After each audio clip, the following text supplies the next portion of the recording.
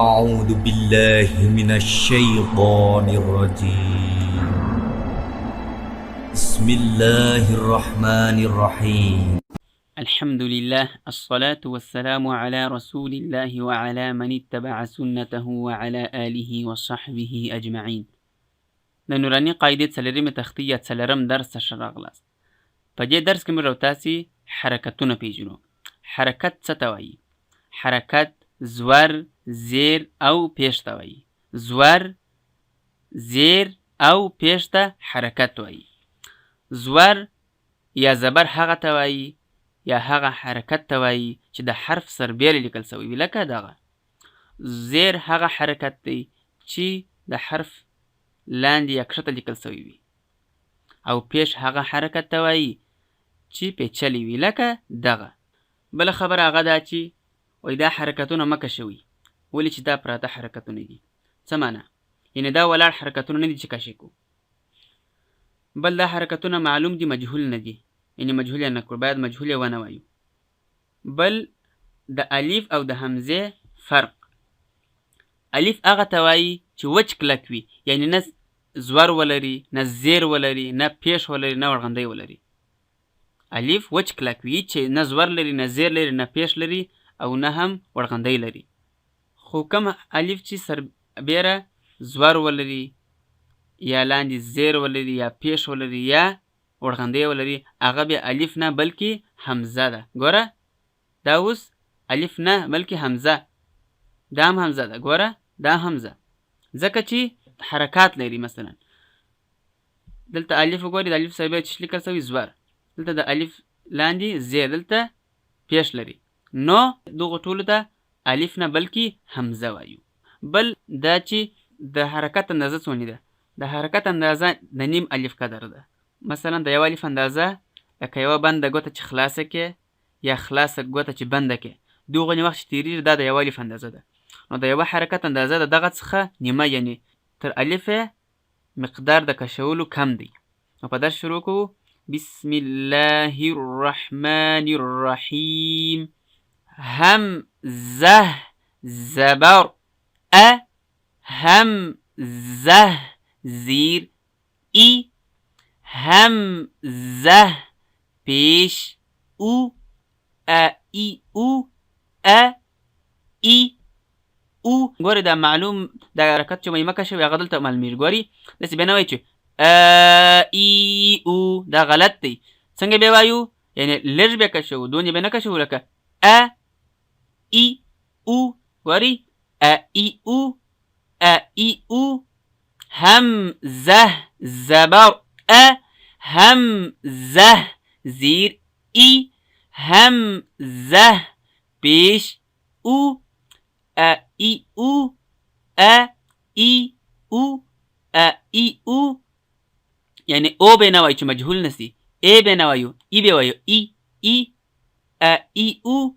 ورپسې ها، ها زبر ها، ها زیر هی، ها پیش هو، ها هی هو، ها هی هو، ها هی هو. عین زبر ع، عین زیر عی، عین پیش عو، عی عو، عی عو، عی عو. ح زبر ح، ح زیر حی، ح پیش حو، ح حی حو، ح حی حو، ح حی حو. خا زبر خ، خا زیر خی، خا پیش خو، خ خی خو، خ خی خو. ګورئ خا ډک حرف دی، خو کله چې ډک حرف زیر ولري بیا نو هغه ډکوالی نه پکښې پاتېږي. لکه دلته وګورئ خ زور لري، خ ډکول کېږي. خو دلته بیا وګورئ خي خي خي ځکه چې زیر لري. خو دلته به نسبت زیر ته یو څه ټکول کیږي. غین زبر غین زیر غی غین پیش غو غی غو غی غو غی غو پس قاف زبر قاف زیر قی قاف پیش قو قی قو قی قو توجه کی قی قو كاف زبر نرم كاف زیر کی كاف پیش کو کی کو کی کو جیم نرم حرف دی. جیم زبر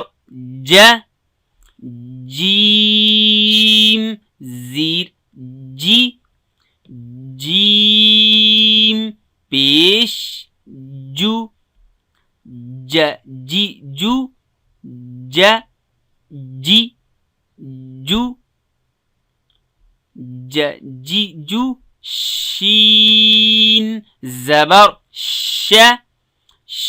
شین زیر شی شین پیش شو شی شو شی شو شی شو. یا زبر یا زیر یی یا پیش یو یا یو. توجه کی دا یا زیر مجهول نسی. یا یی یو یا یی یو. ضاد داك حرف دي ضاد زبر ضاد زیر ضی ضاد پیش ضو ضی ضو ضی ضو ضی ضو. لام يعني قولي لام بيناس لام غلط. لام ذاك دا نرم حرف دي باریک ول کیږي.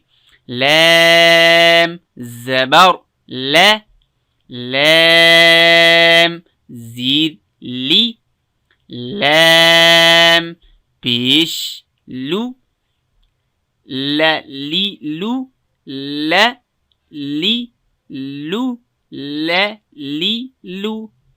نون زبر نا نون زیر نی نون پیش نو نا نی نو نا نی نو نا نی نو.